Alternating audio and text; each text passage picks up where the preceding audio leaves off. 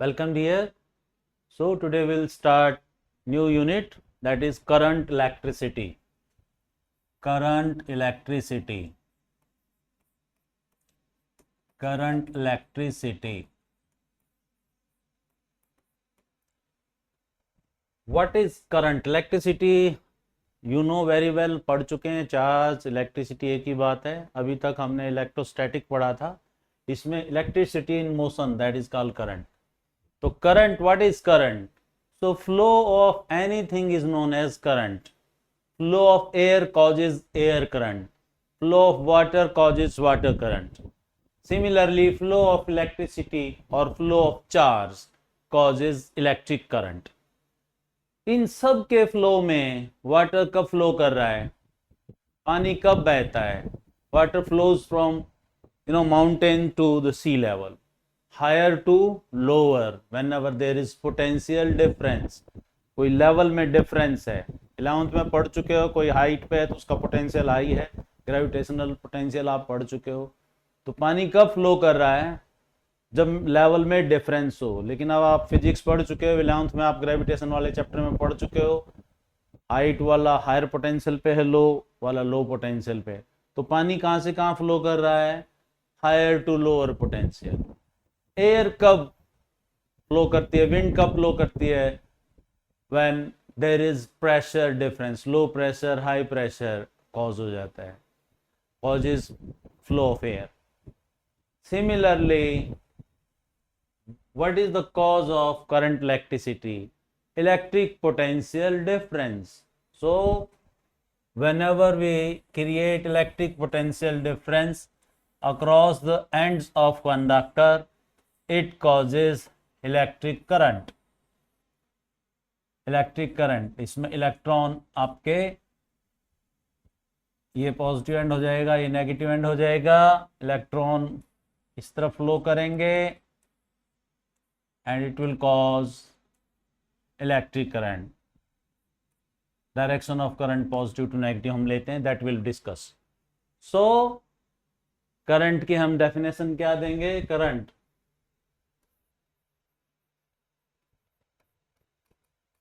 Electric current की हम बात कर रहे हैं. Electric, it is defined as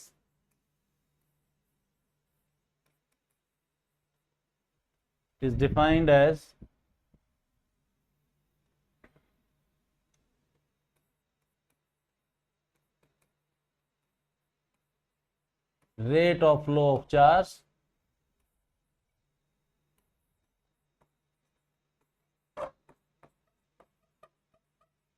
per second in a particular direction.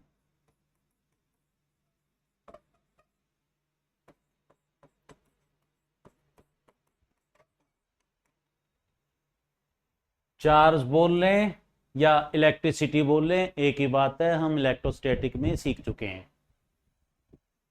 तो आई को आप rate of flow of charge per second, क्यूब, कूलम पर सेकेंड, इसको हम एम्पियर बोल देते हैं. Ampere, ampere unit of current is ampere. Ampere. when 1 coulomb charge flows per second, current is said to be 1 ampere if 1 coulomb charge flows per second. 10th में definition पढ़ चुके हैं आप. पर्टिकुलर डायरेक्शन वर्ड जब हमने बोला इसमें, तो जब पोटेंशियल डिफरेंस क्रिएट कर देते हैं तो electron flows from negative and towards the positive. Electron is negatively charge, so it flows from lower potential to higher potential. Current,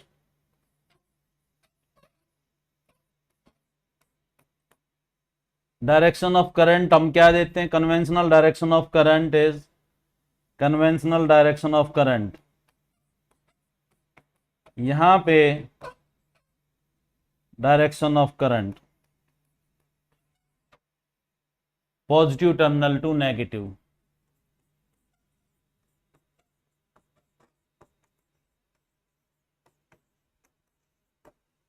opposite to the flow of electronic current. ये conventional direction of current का मतलब क्या है भाई? Convention हम ले देखिए, there are two types of charges, there are two types of charges, positive and negative charge. Positive charge flows from higher potential to lower potential. Positive charge flows from higher potential to lower potential. Negative charge flows from lower potential to higher potential. There are two types of charges. Positive charge flows from higher potential to lower potential. Negative charge flows from lower potential to higher potential. जब दो charge flow कर रहे हैं और opposite में flow कर रहे हैं तो करंट की डायरेक्शन क्या मानी जाए? तो ये कन्वेंशन मानी गई कि जिस डायरेक्शन में पॉजिटिव चार्ज फ्लो करता है that we will consider the direction of current. So conventional direction of current is assume the direction in which positive charge flows. देखिए अलग अलग एलिमेंट में, अलग अलग सब्सटेंस में चार्ज कैरियर कौन कौन से हैं? चार्ज कैरियर, चार्ज कैरियर कौन कौन से हैं? इलेक्ट्रोलाइट, इलेक्ट्रोलाइट में आप क्या लेंगे? पॉजिटिव एंड नेगेटिव आयन, यानी कि दोनों मूव करेंगे इलेक्ट्रोलाइट में. जैसे H2SO4 है, H आयन SO4 आयन एक दूसरे के अपोजिट मूव करेगा इलेक्ट्रोलाइट में. सेमीकंडक्टर, सेमीकंडक्टर में इलेक्ट्रॉन एंड होल एक दूसरे के अपोजिट मूव करते हैं. There are two types of charges in semiconductor, electron and hole. Electron negative charge, hole positive charge. Hole is positively charged seat of electron है actual में. तो they in semiconductor we consider current due to both. Current in semiconductor is due to both, due to electron as well as hole. IE plus IH लेते हैं इसमें. तो इसमें भी दोनों टाइप के चार्ज फ्लो कर रहे हैं. इन एयर और गैस इलेक्ट्रॉन एंड आयन दोनों मूव करेंगे. इन कंडक्टर और metal free electrons. What are free electrons? Electrons present in the outermost shell. These are also termed as valence electron. जो outermost shell में present है atom की, उनको हम free electron बोलते हैं. They are loosely bound with their parent atom. अपने atom से लूजली बाउंड है, जरा से एनर्जी मिलते ही एक एटम से टूट के दूसरे में चले जाते हैं. तो कंडक्टर के अंदर खाली एक ही टाइप का चार्ज फ्लो कर रहा है, इलेक्ट्रॉन. पॉजिटिव चार्ज फ्लो नहीं कर रहा. वो इलेक्ट्रॉन आए कहां से हैं? इसी कंडक्टर के अंदर जो एटम मौजूद हैं उनसे इलेक्ट्रॉन निकल आए बाहर, उनको कहते हैं फ्री इलेक्ट्रॉन. तो खाली कंडक्टर के केस में एक ही चार्ज फ्लो कर रहा है वो नेगेटिव. पॉजिटिव आयन फ्लो नहीं करते कंडक्टर में. पॉजिटिव आयन वहीं पे अपनी जगह पे ही वाइब्रेट करते रहते हैं. पॉजिटिव आयन कहां से आए? जिस एटम से इलेक्ट्रॉन टूट के आए वो आयन बन जाएगा और वो अपनी जगह पे ही वाइब्रेट करेगा, वो फिक्स है. बाकी इन तीनों में पॉजिटिव नेगेटिव आयन दोनों positive charge negative charge flow कर रहे थे. तो इसीलिए एक हमने डायरेक्शन मानी कन्वेंशनल डायरेक्शन करंट की जिसमें पॉजिटिव चार्ज फ्लो करता है. तो कन्वेंशनल डायरेक्शन के हिसाब से करंट किसी सर्किट में हम पॉजिटिव टर्मिनल से नेगेटिव दिखाते हैं इलेक्ट्रॉनिक करंट के opposite, opposite to the flow of electron. Conventional direction of current in which positive charge flows or the direction from positive terminal to the negative terminal. मेरी समझ में आ गया होगा convention क्यों लेनी पड़ी. दो चार्ज फ्लो करते हैं अपोजिट डायरेक्शन में, दो अपोजिट चार्ज अपोजिट डायरेक्शन में फ्लो करेंगे, पॉजिटिव नेगेटिव. तो हमारे को डायरेक्शन ऑफ करंट तो एक अज्यूम करना पड़ेगी. तो इसीलिए हमने कन्वेंशनल डायरेक्शन ऑफ करंट मानी positive to negative, opposite to the flow of electron. Current is इसी में ही आप कितने टाइप के बोल सकते हैं. Current is a scalar quantity.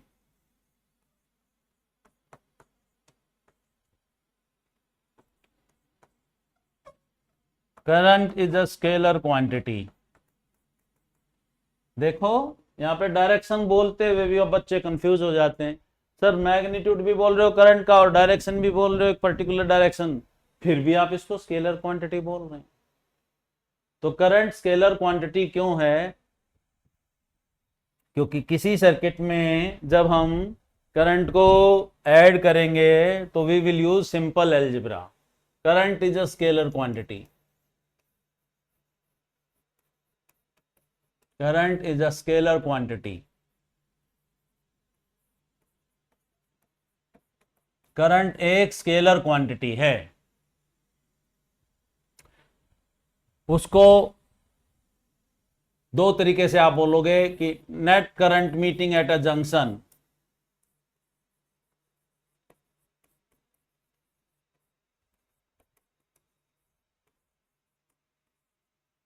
Eight a junction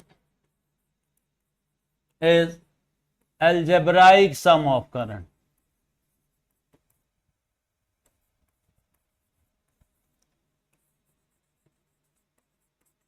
जब हम जंक्शन वो पॉइंट होता है जहां पे दो या दो से अधिक वायर आके मिलती हैं, दैट इज कॉल्ड जंक्शन। तो जब हम करंट ऐड करेंगे तो हम एल्जेब्राइक रूल लगाएंगे, ना कि वेक्टर अलजेब्रा। जैसे हमने फोर्स और इलेक्ट्रिक फील्ड इंटेंसिटी निकालते वक्त वेक्टर अलजेब्रा निकाला था, लगाया था। Current is a scalar quantity, algebraic sum से हम ऐड करेंगे किसी जंक्शन पे। दूसरा एक आसान सा तरीका है, आप एक स्ट्रेट वायर ए बी लें भाई। एक स्ट्रेट वायर ए बी में जो करंट जा रहा है, पॉजिटिव नेगेटिव, स्ट्रेट वायर में से जो करंट जा रहा है, अगर मैं इसी वायर का सोलेनॉइड बना दूं, सोलेनॉइड स्प्रिंग शेप दे दूं मैं इसी वायर को ए बी, तो भी सेम कंडक्टर को अगर मैं यूं फोल्ड कर दूं और हम इसको इसी वायर को यूं टेढ़ा मेढ़ा कर दें हम स्ट्रेट ना रख के, तो भी इस पर्टिकुलर कंडक्टर में से करंट की वैल्यू पे कोई इफेक्ट नहीं पड़ेगा, कोई इफेक्ट नहीं पड़ेगा। तो अगर ये वेक्टर क्वांटिटी होती तो डायरेक्शन बदलते ही चेंज हो जाता। तो ये सबसे आसान तरीका है to show that current is a scalar quantity. Kinks और कर्ल, किंग्स और curls produced in a conductor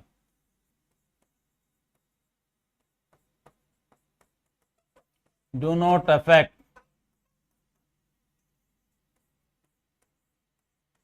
the value of current flowing through it।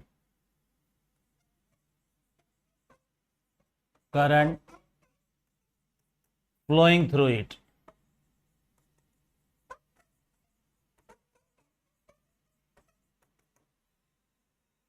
तो ये सबसे आसान एग्जांपल है करंट को स्केलर प्रूव करना। या दूसरा इसको हम, current do not have its own direction, it obeys the path followed.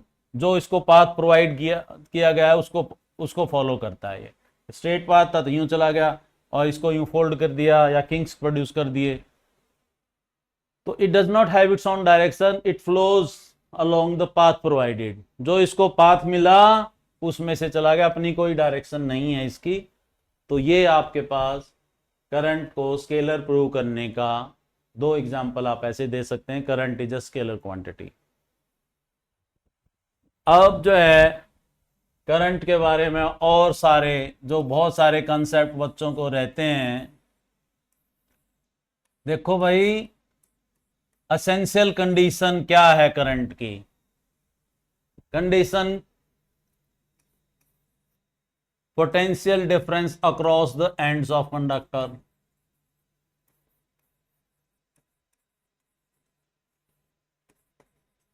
ये छोटे छोटे कॉन्सेप्ट हैं, essential condition for the flow of current.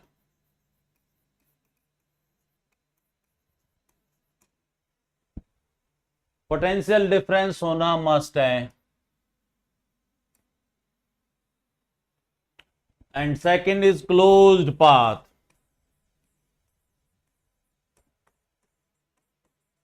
जब हम ये की प्रेस करते हैं तो यहाँ पे पाथ क्लोज हो गया, तो ए एंड ये कोई मैंने कंडक्टर ले रखा है भी, ए एंड बी एंड, तो they are at two different potential, ये पॉजिटिव पोटेंशियल पे है, ये नेगेटिव पोटेंशियल पे है।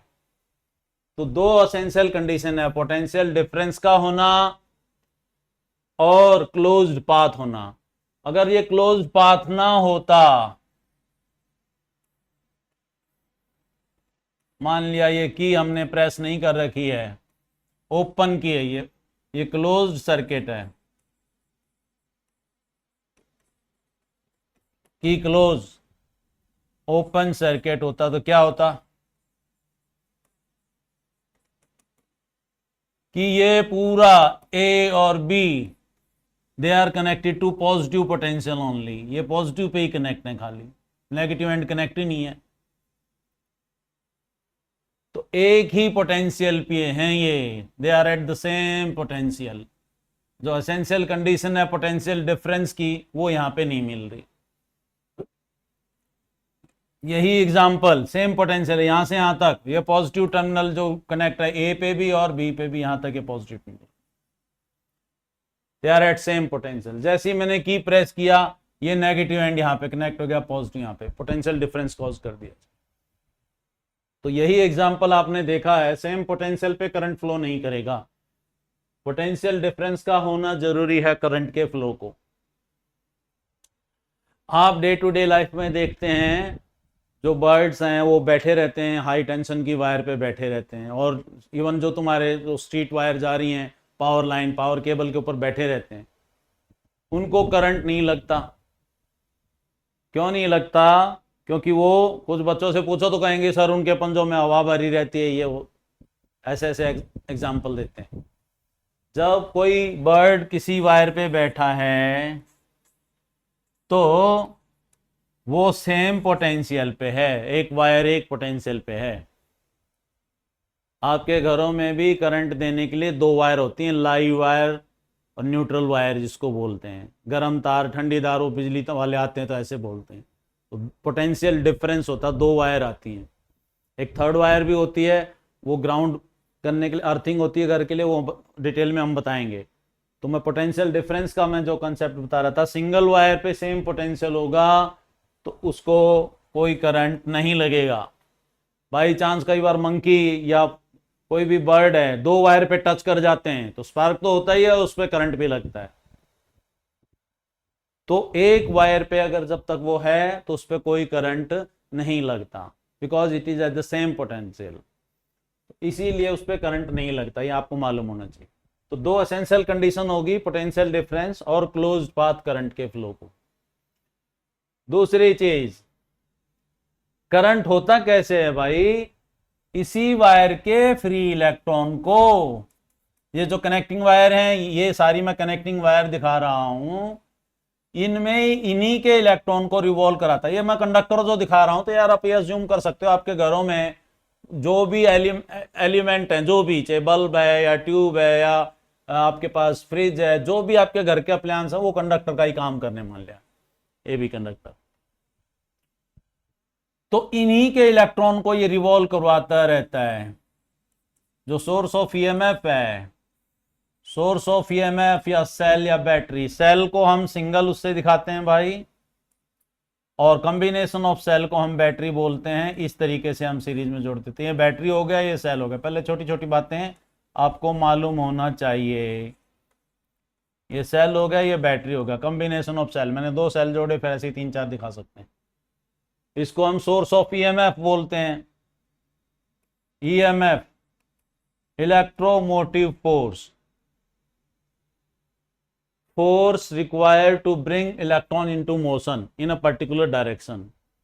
Force which causes electron into motion in a particular direction known as electromotive force, EMF बोलते हैं। तो मैं अभी जो वर्ड बोल रहा था, ये जो सेल है इन्हीं के इलेक्ट्रॉन को रिवॉल्व कराता रहता है, इन्हीं के इलेक्ट्रॉन को। पहले भी मैं बताया, सेल अपना इलेक्ट्रॉन नहीं दे रहा, इन्हीं के इलेक्ट्रॉन को रिवॉल्व करवाता रहता है जो इसमें प्रेजेंट है। एक इलेक्ट्रॉन अगर यहां से निकलेगा, उसी इंस्टेंट पे एक इलेक्ट्रॉन यहां पे आ जाएगा। एंटर करेगा।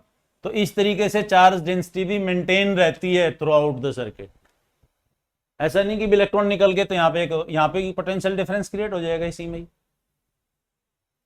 तो इसमें क्या है, इलेक्ट्रॉन को रिवॉल्व करवाता रहता है बैटरी, इन्हीं के इलेक्ट्रॉन को, इस तरीके से करंट कॉज होता है।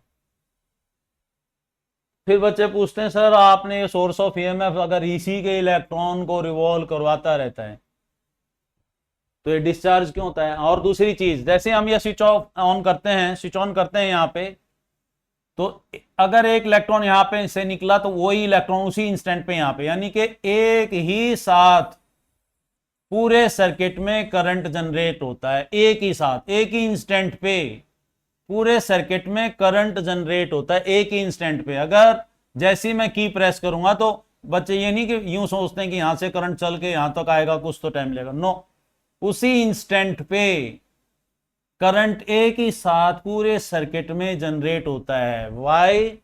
Because whole of the wires connecting wire and conductor are filled with free electrons.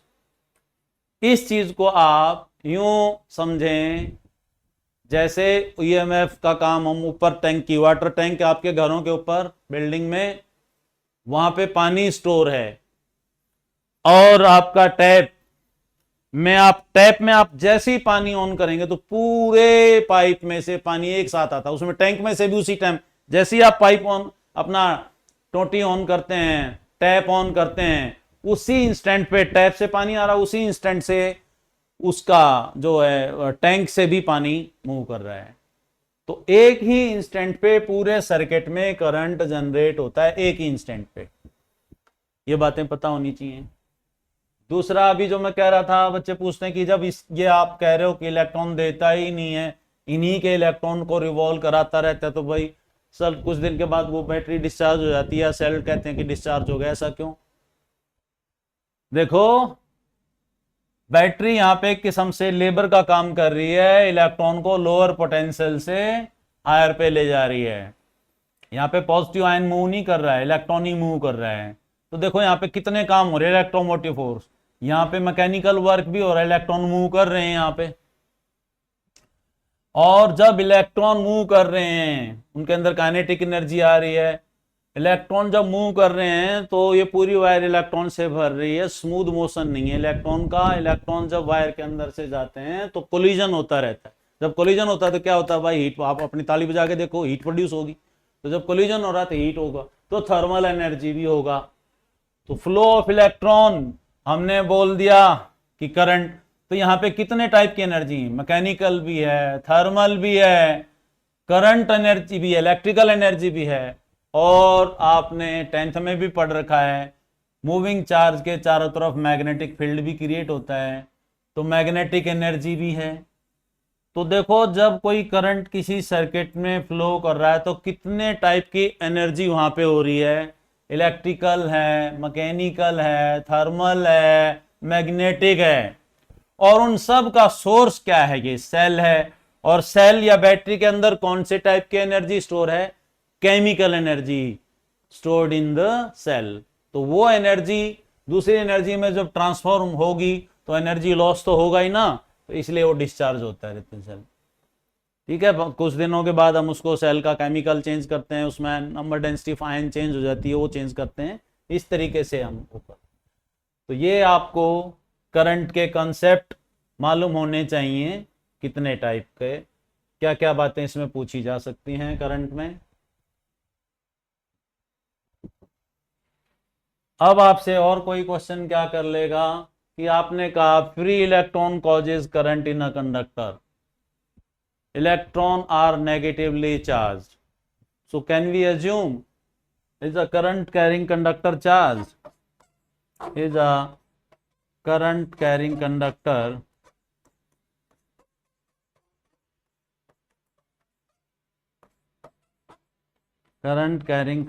charged? क्या आप बोल रहे हो current is due to free electron और इलेक्ट्रॉन पे नेगेटिव चार्ज होता है, तो क्या हम यूं मान के चलें कि जब करंट फ्लो कर रहा है किसी कंडक्टर पे तो उस पर कोई नेट चार्ज है, नेगेटिव चार्ज नहीं है, क्योंकि वो जो फ्री इलेक्ट्रॉन आए हैं उस कंडक्टर में, तो वो किससे आए हैं, कंडक्टर के अंदर जो प्रेजेंट एटम है। तो अगर वहां से इलेक्ट्रॉन निकलेंगे तो वहां पे आयन भी तो होगा, तो वो आयन जितने इलेक्ट्रॉन हैं उतने ही पॉजिटिव आयन भी होगा, तो नेट चार्ज क्या हो जाएगा, जीरो। नेट चार्ज क्या हो जाएगा, जीरो। सॉलिड कंडक्टर, इस कंडक्टर या मेटल में खाली इलेक्ट्रॉन मूव करते हैं, पॉजिटिव आयन अपनी जगह पे ही वाइब्रेट होते रहते हैं। और इसके बारे में आपसे क्या क्या पूछा जा सकता है, करंट के बारे में, कोई उस पर चार्ज नहीं है। फ्री इलेक्ट्रॉन आपने या मैंने पहले बोला कि free electron are the electron which are loosely bound with their parent atom, so they easily get removed from the atom and transferred to another atom even at the room temperature। जो ये free electron है, free electron नाम इसलिए दिया गया कि वो अपने पेरेंट एटम को छोड़ सकते हैं इवन एट रूम टेम्परेचर। को ये भी कंडक्टर वायर थी, तो वो इलेक्ट्रॉन इजीली उसको अपने पेरेंट एटम को छोड़ देगा और एक से दूसरे पे जाते रहेंगे। तो बच्चे यहाँ पे पूछ सकते हैं कि क्या हम ये अज्यूम कर सकते हैं कि कोई कॉपर की वायर में even if potential difference is not applied across the ends of conductor, तो क्या हम उस पर कोई करंट मान सकते हैं। आपने तो बताया सर कि थर्मल एनर्जी के कारण इलेक्ट्रॉन रिमूव हो जाते हैं अपने पेरेंट एटम से, तो इलेक्ट्रॉन तो उसमें इधर से उधर रैंडम मोशन जा ही रहा है। इलेक्ट्रॉन तो एक कॉपर की वायर या कोई भी मेटल वायर में इधर से उधर जा ही रहा है, तो फ्लो ऑफ चार्ज पर सेकंड को आपने बोला था कि करंट होता है। तो क्या हम कोई कॉपर वायर जो पड़ी है उस पे हम फ्री इलेक्ट्रॉन के कारण करंट मान सकते हैं, no. It is because if there is no potential difference applied across the ends of conductor, they will not move in a particular direction, they will not move in a definite direction। एक electron इधर जाएगा तो दूसरा opposite में जाएगा, वो random motion है, तो एक इलेक्ट्रॉन का मोशन को दूसरा इलेक्ट्रॉन कैंसिल कर देगा, का मोशन कैंसिल कर देगा, तो नेट करंट नहीं बन पाएगा। अभी आप नेक्स्ट आर्टिकल में देखेंगे current number density of electron पे भी डिपेंड करता है कि कितने इलेक्ट्रॉन एक डायरेक्शन में जा रहे हैं। तो किसी कॉपर वायर में फ्री इलेक्ट्रॉन के कारण, थर्मल एनर्जी के कारण जो फ्री इलेक्ट्रॉन बाहर आए उसके कारण करंट इसलिए नहीं होता कि net thermal velocity of free electron become zero. एक की वेलोसिटी दूसरा कैंसिल कर देता है, the net thermal velocity become zero.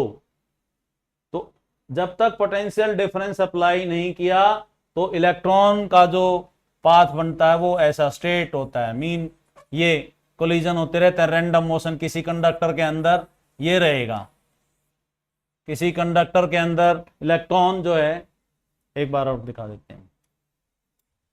अगर किसी वायर में आपने कोई पोटेंशियल डिफरेंस अप्लाई नहीं किया तो जो फ्री इलेक्ट्रॉन है वो रैंडम मोशन में यूं जाएंगे, स्ट्रेट पाथ बनता है। दो ये जो मैं दिखा रहा हूं कोलिजन दिखा रहा हूं आपस में टकरा, यूं दिखाएंगे।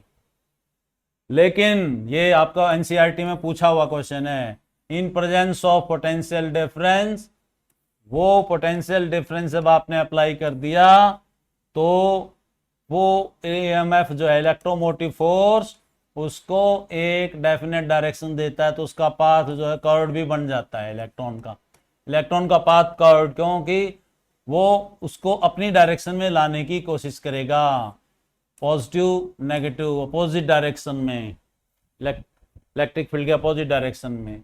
इन द एब्सेंस ऑफ ईएमएफ उनका path between two collision straight होगा, और ईएमएफ की प्रेजेंस में वो पाथ स्ट्रेट ना रह के, क्योंकि जब वो वापस है लेकिन वो उसको अपनी डायरेक्शन में लाने की कोशिश करेगा, तो ऐसे कर्व आएगा। ये एनसीईआरटी में आपसे पूछ रखा है आपसे क्वेश्चन ये।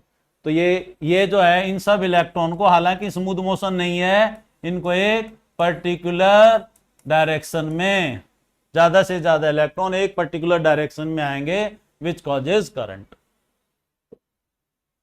तो ये इफेक्ट है पोटेंशियल डिफरेंस अप्लाई करने का। करंट आप टाइप बोलें तो एक होता है direct current, type of current, DC direct current,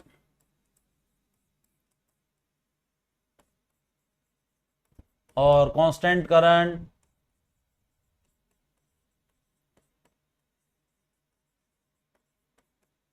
और स्टेडी करंट बोल लेते हैं। whose direction and magnitude remains constant आई और टाइम के साथ। Variable current,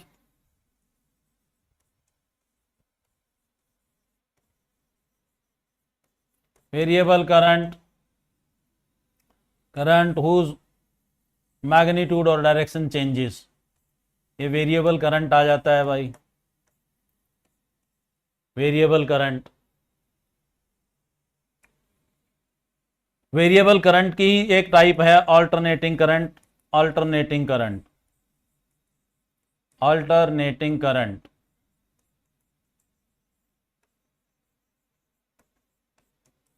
current whose magnitude changes continuously, direction changes periodically. Alternating current दोनों डायरेक्शन में जाएगा। Alternating current whose magnitude changes continuously, direction changes periodically. जो आपके घरों में यूज हो रहा है वो अल्टरनेटिंग करंट है, जो आप बाहर से वायर से आपके घरों में करंट आ रहा है वो अल्टरनेटिंग करंट है। डायरेक्ट करंट जो भी आपकी जो बैटरी होती हैं, जो सेल हैं, वो डायरेक्ट करंट देता है। करंट में आप इंस्टेंटेनियस करंट लिखना होगा तो D Q by D T लिख सकते हैं। Rate of change of current आप बोल लेते, rate of flow of charge. ये इंस्टेंटेनियस करंट हम लिख लेते हैं। इंस्टेंटेनियस करंट इस तरीके से लिखेंगे। तो मैंने ये आपको ये एवरेज करंट लिखना होगा तो delta Q by delta T लिख लेते हैं। टोटल चार्ज और क्यू बाई टी लिख लेते हैं भाई, total charge upon total time.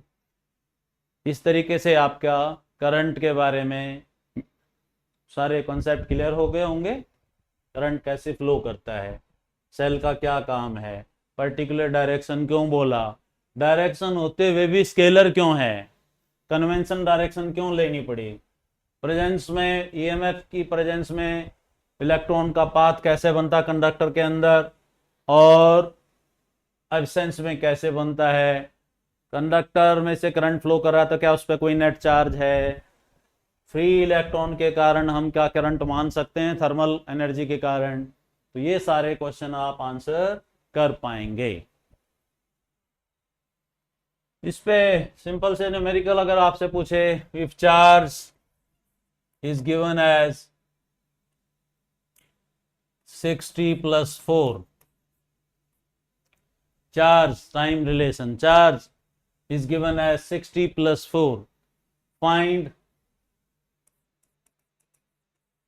instantaneous current at t is equal to 5 seconds. First, average current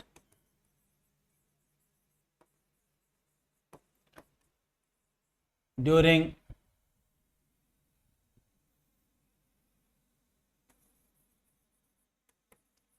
0 to 5 second. इसको आप मैं 60² 4t + 4 कर लेता हूं। इस इक्वेशन को क्यों लिखा मैं बताता हूं इसको। 60² charge is given as q is equal to 60² + 4t + 4. Find instantaneous current at t is equal to 5 second, average current during 0 to 5 second. देखिए आपको पता है solution, current is dq by dt, rate of change of charge. तो आप इस equation को as current is dq by dt, तो therefore इसको डिफरेंशिएट करते हैं। Differentiating equation 1 with respect to t, इसको आप डिफ्रेंशिएट कर दें टी से, तो D Q by D T instantaneous current देगा आपको, और D D T of 6t² plus 4t plus 4। अब मैं एज्यूम करके चल रहा हूँ पूरी 11th में हमने ये कैलकुलस आपको सिखाई है, बहुत सारे क्वेश्चन हमने मैथमेटिकल टूल्स में सिखाए हैं, तो ये आपको आता होगा, लेकिन फिर भी एक बार रिवीजन हो जाएगा। D D T of 6t² plus D D T of 4t plus D D T of 4। So D Q by D T is I, instantaneous current. तो आई इज 6t² का करेंगे तो ये 12t आ जाएगा plus 4 आ जाएगा, इतना आपको आता है। तो यहां से आई वेरिएबल आ रहा है, आई टी का फंक्शन है, यहाँ पे टी चेंज हो रहा है तो आई, तो टी तो लगातार चेंज होने वाली चीज है, इट वेरीज कंटिन्यूअसली, तो आई भी वेरी कर रहा है, आई वेरी कर रहा है। हम्म हम्म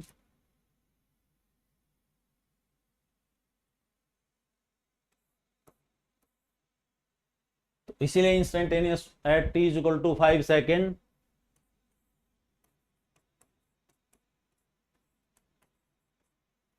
तो ये वेरिएबल करंट है, इसको देखेंगे। तो यहां से आपने सीखा अगर Q directly proportional to square of the time है तो करंट आपके पास वेरिएबल आएगा। आप एक एक नंबर का क्वेश्चन यहाँ पे कंसेप्ट, Q t² के प्रोपोर्शनल है तो I वेरिएबल आएगा। At t is equal to 5 second current आपके पास आ जाएगा 12 into 5 plus 4, 64 ampere. B part, average निकालने के लिए आप क्या करेंगे, at t is equal to 0 Q1 क्या था 4 गुलाम, पूरा लिखते हैं, at t is equal to 5 second Q2 6 into 25 plus 4 into 5 plus 4, तो 150 plus 4 174 Q2, delta Q Q2 minus Q1 174 minus 4 170 coulomb. Delta T is 5 second, 0 से 5 second का था interval, so I average is delta Q by delta T, तो 170 by 5 34 ampere आ जाएगा।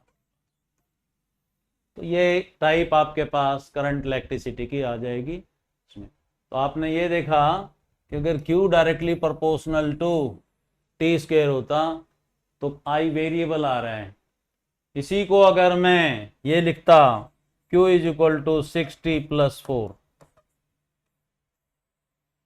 तो therefore I अगर हम निकालते D Q by D T अगर मैं करता तो ये देखिए क्या आ जाता, 6 आ जाता, 6 एम्पियर इस इक्वेशन में। तो क्या देखा आपने, Q directly proportional to T है तो I is independent of time, constant current देगा, direct current. Q directly proportional to t² है तो वेरिएबल करंट आपके पास आ गया।